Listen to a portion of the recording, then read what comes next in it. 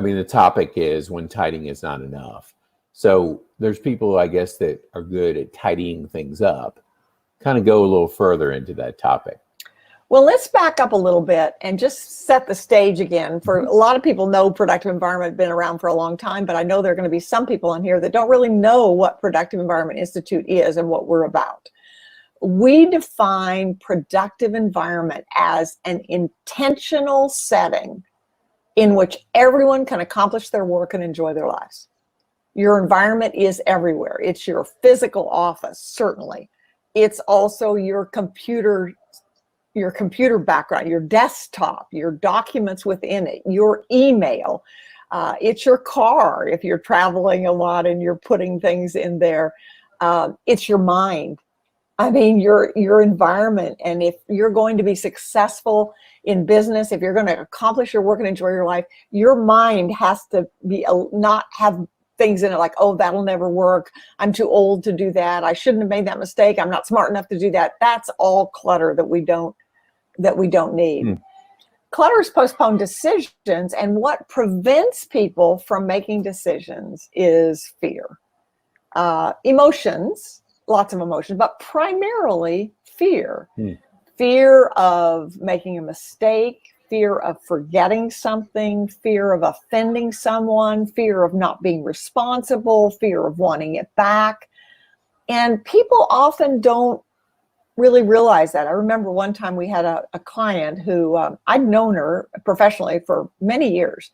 And she always joked about her disorganization in her office, and she kind of laughed about it. But, you know, often I can tell when people are laughing about their clutter that it isn't really funny to them. It's they try to make it a joke, but deep down, it's really not funny. And so I offered her 2 hours of free service just to show her, because she was starting a new job. And I thought, okay, this is a perfect time to get systems in place. And she refused. It was like, wow, you know, I was like, that's pretty bad when you can't even give away your services. But I continued to ask about it, and she admitted that she had hired 3 organizers in 2 states and paid almost $10,000 and was worse off than when she started. Wow. And so and that's not uncommon, where organizers go in and they tidy up. They label things, they categorize things, and they make it all neat. And then 6 months later, it's the same way again, because it doesn't really have to do with the stuff. And I don't really like paper or digital documents any more than anybody else, but I love people. And though that is a way to find out what's really important to people. So when we talk about tidying up, it's like, oh, we all have to tidy up. You know, there's a quote that we hear all the time. And I've had people say, oh, a place for everything and everything in its place. I know that's what you say. I said, no, that is not what I say. That is half right. It is essential that there be a place for everything. Everything in its place, not for a lot of us. I mean, if you come into my office, or my home for that matter, which is in my office, on Thursday, you might look around and say, and they pay you money for organizing, because I tend to not put things away, and I work on this project and I get out this other project. But Friday is tidying up day. Friday is the day that everything has to go in its place. And here's the deal. It has to take less than 30 minutes. If it takes more than 30 minutes, then I know there's something wrong with the system. So what is a system? A system is what is a place for everything. That's really what it is.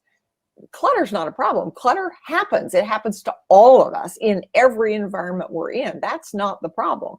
The problem is when we don't know what to do with the clutter. So one of the questions we ask people is, you know, do you have enough space? And if they say yes, then it's like, fabulous. We can fix this very quickly. Mm-hmm. If they say no, then we ask the question, is it difficult for you to let go of things?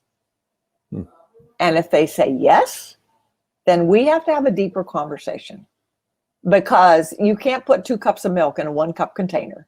Right. That isn't an organization issue. That's an emotional issue. It's figuring out what's really important.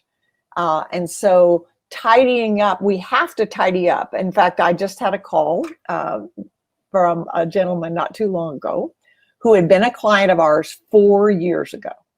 We went into his office. There were papers everywhere, lots of papers spread out, a couple of desks, credenza. He had been an executive with a company where he'd had assistants and systems and things like that. And he retired and decided that he wanted to flip houses. Well, you know, if you're going to flip houses, you have lots of documents, paper and digital. So we went in, we did our total office transformation. We got everything together. There was a place for everything. But he wasn't following through. And we'd follow through and say, you know, let's do some things. Well, we finally lost track. And then he called me and says, okay, I have to have help. I said, okay, so what's the problem? He said, well, I spend all my time I just get paralyzed with these papers. So I said, let me ask you a question. I said, why do you want to get organized? And his answer was, I want to have a life. And that brings us to step one that we use in our 5-step process all the time, which is state your vision. Organizing in and of itself has no value. And I had an ex-sister-in-law once who spent all of her time organizing, but never had anything to show for it. She was always shuffling, doing this, doing that. I'm sure you probably know some people like that. Organizing is simply a tool, a skill to help you do what you want to do. In this case, have a life. So I said to him, what does have a life mean? And we were exploring what that was. Then I asked him a question. I said, so if you didn't organize all those papers, if you just took all those papers and put them in the trash, would that prevent you from having a life? He said, no, not really. So I said, well, that's one option.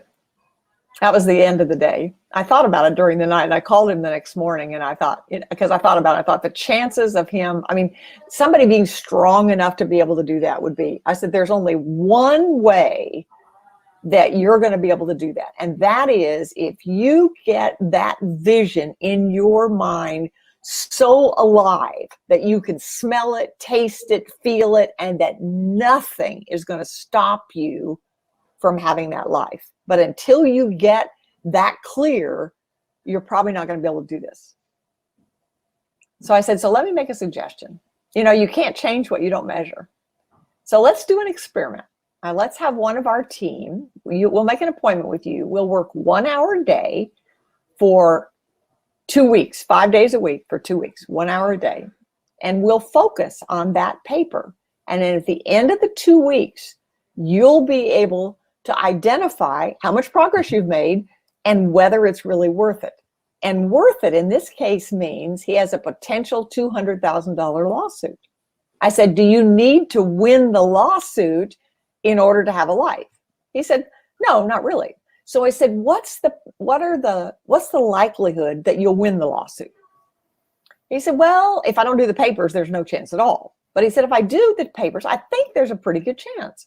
So I said, so let's work on this for the 2 weeks. You see how much progress you've made, and then you decide if it's worth it. So he did the 2 weeks. He was very happy with the results, and now he's moving forward. His problem was he wasn't tidying up. We have yet to invent a robot that will go take the pieces of paper and drop them in the file cabinet, or a digital system where we'll put them in the digital system. In fact, I talked to a woman today who owns a company where they have put in all PEI systems. They have finding systems. They have Swift files on everybody's desk. They've organized the digital files, and everybody knows where things go. Well, they have one person who's like a subcontractor. So he's not an employee. If he's an employee, you could tell him what to do. But in this case, but he brings in money for them, lots of money for them. So they don't really want to let him go, but he doesn't really want to follow the system.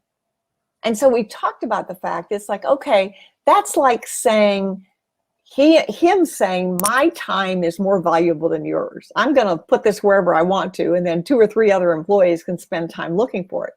Which brings us to an interesting statistic. Research shows that for every 5 employees a company hires, only 4 are doing what they're paid to do, because the fifth one is looking for something in order to do what they're paid to do. They're looking for a form, they're looking for a document. They may be even looking for a person if you don't have a system where people know where they are, a piece of equipment. And so that's what we're about, is putting systems in place so that people can find it, and so that tidying up doesn't take very long. I have one client that decided his tidying up, he hated to tidy up. But when I told him my story about tidying up once a week, he said, wait a minute. He said, if I would tidy up first thing in the morning in my office, it'd take 2 to 3 minutes. And then he said it'd be like Brian Tracy's book, Eat That Frog. It's like, okay, I hate doing this. I'll do it. And then I'm ready to go. So a system requires tidying up, and tidying up requires a system.